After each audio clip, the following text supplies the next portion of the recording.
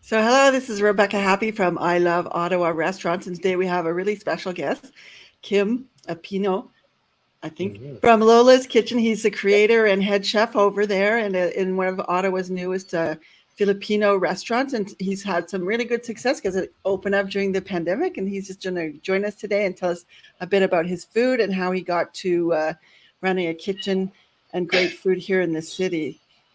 So, welcome, Kim. Thanks for Hello, joining guys. me with Lola's Hello, Kitchen. hello. Thank you. Thanks for having me. Yeah, so I've sort of been watching you since the beginning when you open and just virtually here on Facebook and then Instagram and you were growing, you grow, and you seem to have become very, very popular. And it was just intriguing to see the courage and the fun you seem to be having as you launch such a big project during a pandemic. So tell us a little bit about Yeah, what how that came to be. yeah. The It's funny you mentioned that because one of my first groups on Facebook that actually started promoting my business is I said your group, the Ottawa curbside. That's yours. That's Yes, yours, it right? Yeah, is. the Ottawa curbside pickup kind of thing, for like small businesses and any restaurants here anyway in Ottawa. So thank you for creating that group for any business, for restaurant business, food business in Ottawa. Thank you for that. So how did it? Well, during the pandemic, around March, so I still have a day job. I work in the school board. I'm an educational assistant. So during March last year, the lockdown happened, right? So there's no work, there's no school, so there's no work for me. And I've always loved to cook and post food photos on Instagram, Facebook. I've always liked to do that, and that's kind of like how it happened. I was cooking one night, and then my friend just kind of like messaged me, "Oh, everything is closed. I want Filipino food. I'm craving Filipino food." And I'm like, "Well, come here. Come. I got food. You can just pick it up. I'll leave it curbside. You pick it up there. I'll prepare it. Pick it up there." And it's just like a home cooked meal, And then yeah, and then she's like foodie as well, and then she took a photo of the food, and without any intention of like selling it or anything like that, it just kind of like, I guess she has a lot of followers, and then just kind of like other her followers just message her and saying, where's this place, but so that's kind of how it started, and I just kind of like went with the flow from there. Go with the flow. Yeah, so were you were initially working in a home kitchen, or you've always been out in the city center? Not always been out in the city center. I'm not gonna lie. I mean, I guess I can say it now, but I did start at home. I'm Yeah, not gonna lie. But I mean, you have to start somewhere. People have to understand. I know people have to start somewhere. It's yeah, during the pandemic when it happened. I yeah. did not plan. I didn't plan anything of it. It's gonna just happen naturally. But of Hmm. course, within those, I saw the business growing, and then I got all my like license and all that. So that's why I can tell you the story now. Yeah. So right now I'm at 250. I'm at 250 City Center now by Artisan Bakery. So yeah. But yeah, to answer your question, yeah, aside from home. So and all your recipes came from your grandmother, or you create your own? Initially, yes. Actually, one of our recipe, the chicken adobo, which is a chicken. It's one of the very popular Filipino dishes. Actually, it's a chicken stew in vinegar and soy sauce based, and that was her recipe, and she gave it to me because I remember when I was a kid, I've always liked her chicken adobo. So I was like, hey, I just want you to teach me that. And again, it wasn't even to sell. Like, I just truly love cooking, and I want to get that recipe. So when I went to the Philippines, I she taught me how to really do the dish. So yeah, so they started from the chicken adobo, which is her main thing, and then she passed it to me, and then she gave me a couple more recipes, two or three more recipes. But after that, I kind of just like ventured on my own and did my own research on things and played around with it. Hmm. Google. I googled recipes. Not gonna And lie. your presentations are like a work of art. That's why I think That's that, me. yeah. Yeah. So are you an artist on the side as well as a TA, like you're a dancer and a? What do you Hmm. do in your creative world besides cooking? Creative, because besides my day job as a TA, which is I love doing, but in a just in a different chapter of my life now. I used to dance a lot. I still Hmm. dance, but I used to dance a lot for like 8 years. I was competing as a break dancer, b-boy, breaking, competing all around the world, and I was just so into it, you know. And I used to teach dance too with like kids and stuff like that.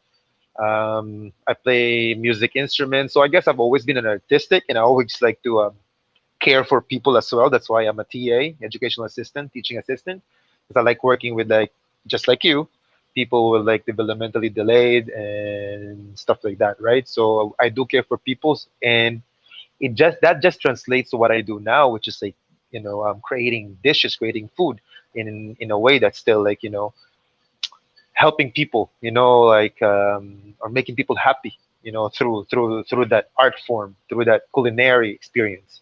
And yet, I'm still be able to tell you my story. So I always tell people, I don't just sell food, I tell stories. And there's a lot of stories within the food. Food is story. There's a lot of stories in the food. So that's how yeah. So when people come to buy your food, and you like on the pictures you make, you really, I swear, they're studying like these huge tables or these hearts and everything that you put together. Does Thank you. that in travel, like how did they make that happen?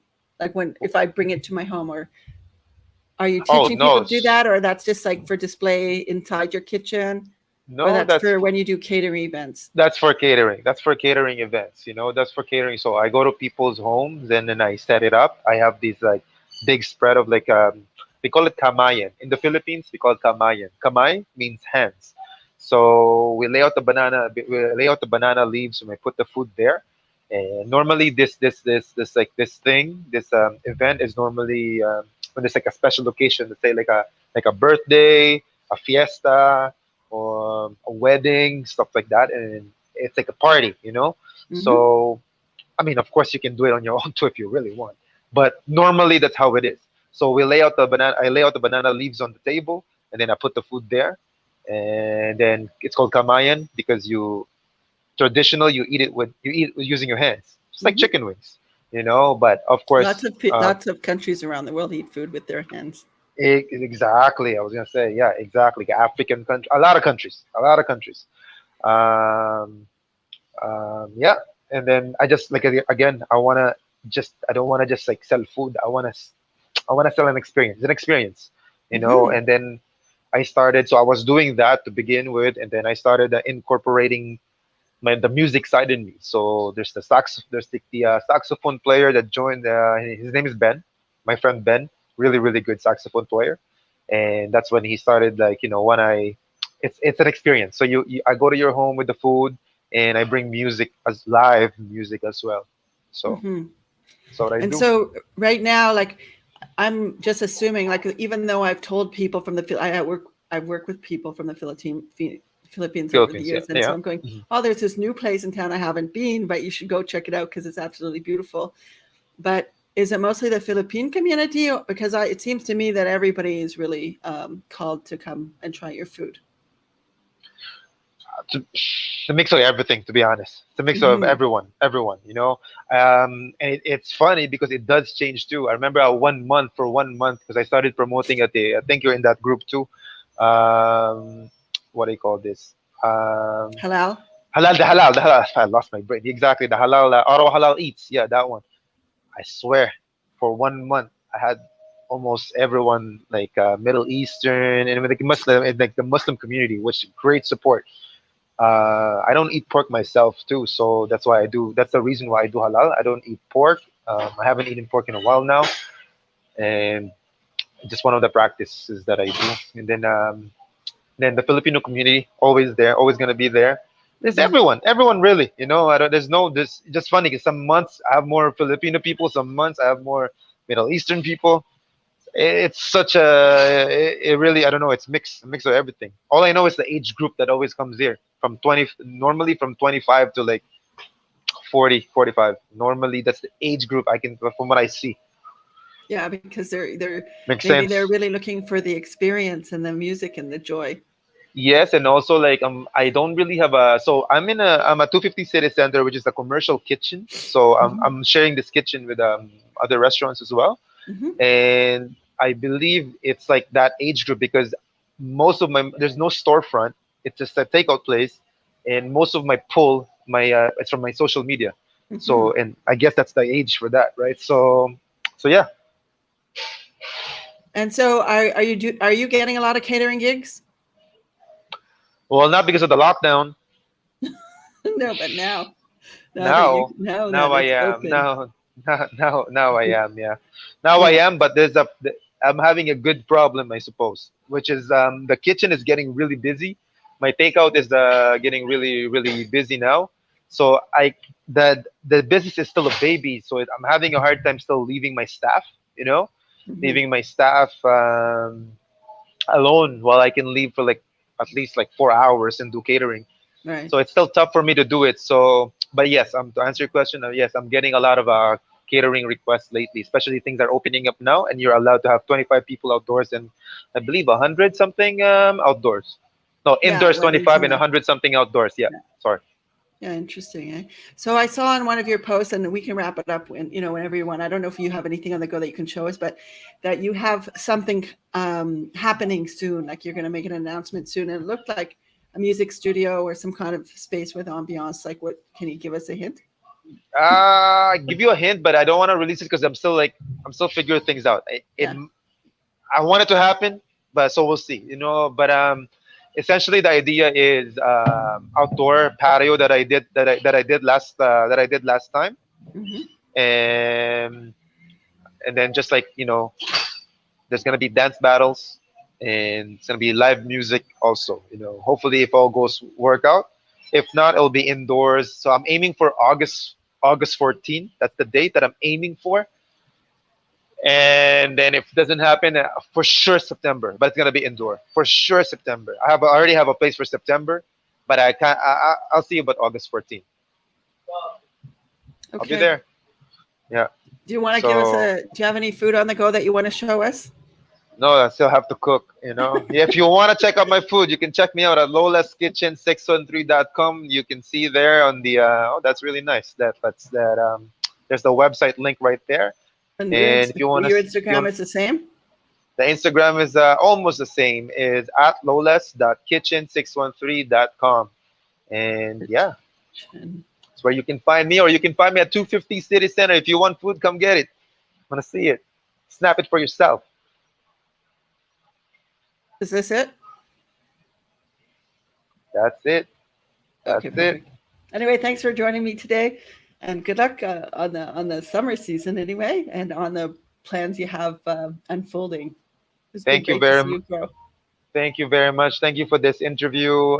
Wish you the best as well. And again, thank you so much for creating that group. I remember when I first started this journey, it literally is the first group that I started promoting to, and you are very welcoming, and it did help me a lot in that business in the very beginning. I just want to let you know you do good things for the community. It makes a big difference because put it this way, you're one of the reasons why I'm here right now. So I just want Right to let you on. know, thank you from the bottom of my heart. And I'm sure other restaurants who you help as well do marketing and promotion, I'm sure they appreciate that as well. So thank you so much. Appreciate you, Rebecca. See you next time. Thank you. Thank you so much. Bye bye.